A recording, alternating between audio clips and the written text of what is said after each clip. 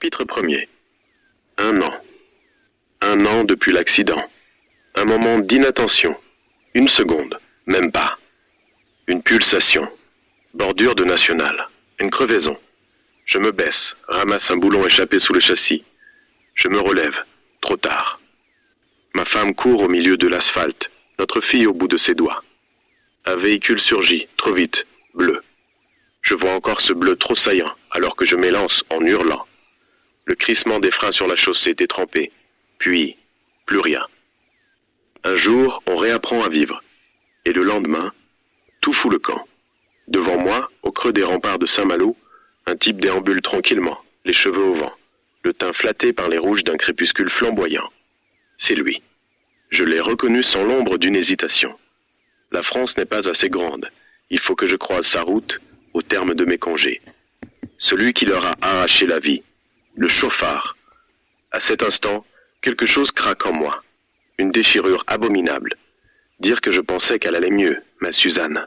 Après 6 années de traitement abrutissant et de cris dans la nuit. Le traumatisme de son enlèvement semblait s'essouffler. Elle savait sourire à nouveau. Du moins à mes yeux. Elle avait réappris les gestes simples de la vie. Se laver, s'habiller, s'occuper un peu de notre petite Héloïse. Bien sûr, ce n'était plus la combattante d'autrefois. Elle restait souvent lointaine, décrochée de la réalité, dépendante d'autrui, sans cesse à arpenter la frontière de la folie. Mais j'avais perçu dans ses yeux une lueur de renouveau, une soif de vivre qui semblait enfin surpasser celle de partir. Suzanne, pourquoi t'es-tu lancée sur cette nationale avec notre fille ? Quel démon s'est emparé de toi en ce triste matin d'automne ? Ces questions, je les ai ressassées des centaines et des centaines de fois. Un livre qu'on ne referme jamais. Devant moi, l'homme, Patrick Chartreux, s'adosse contre la vieille pierre et sort son téléphone portable. Il se retourne brusquement vers moi.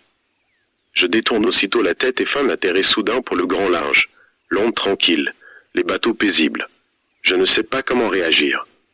Une haine grandissante me brûle la gorge et je me sens capable de commettre une connerie. Mes poings se crispent tandis que Chartreux s'engouffre dans un bar branché.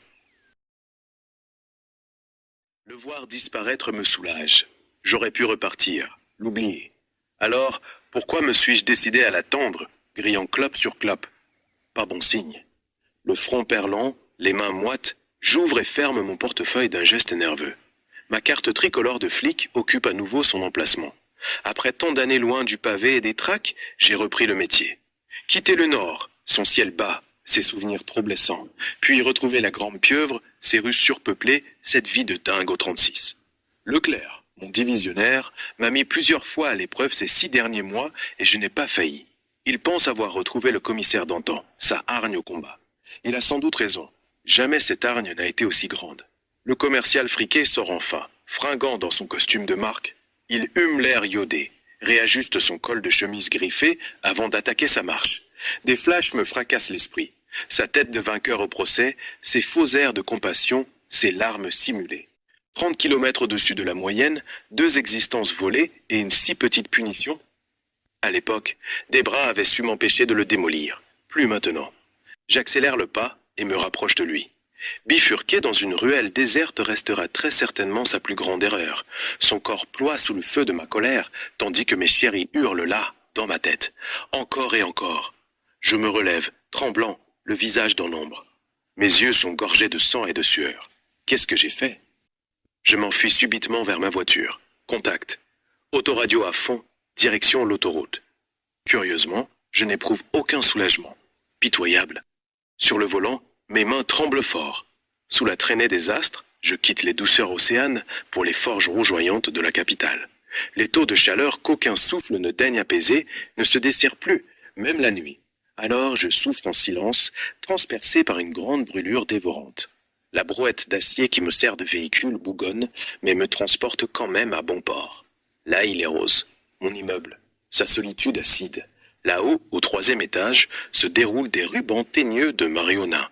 Un raccourci osé qu'a trouvé mon voisin de palier, un rasta solitaire pour ramener à lui l'exubérance de la Guyane. Sa grand-mère et moi étions liés d'une amitié sans frontières. Elle aussi, dans ses grands ensembles de madras, a disparu dans des conditions abominables. L'ange rouge a décidément détruit ma vie et éliminé ceux que j'aimais. Aujourd'hui, un seul mot me hante l'esprit. Trac. profiter de la carapace de flic pour les traquer tous, les uns après les autres. Leur éclater le crâne sous ma semelle, comme autant de moustiques. Sur la moquette de ma chambre, des pieuvres de fer épandent leurs tentacules jusqu'en bordure de salle à manger. Les trains miniatures, vapeur cétane ou motrices électriques attendent la délicatesse en main pour promener leurs wagons. Avant de me coucher, j'en propulse 2, plein rail. Malgré ces rivières pourpres qui irriguaient ma vie, il reste une peur que je ne maîtrise pas. Celle du silence. Aidé de somnifères, je sombre lentement dans la fureur des raclements de bielle.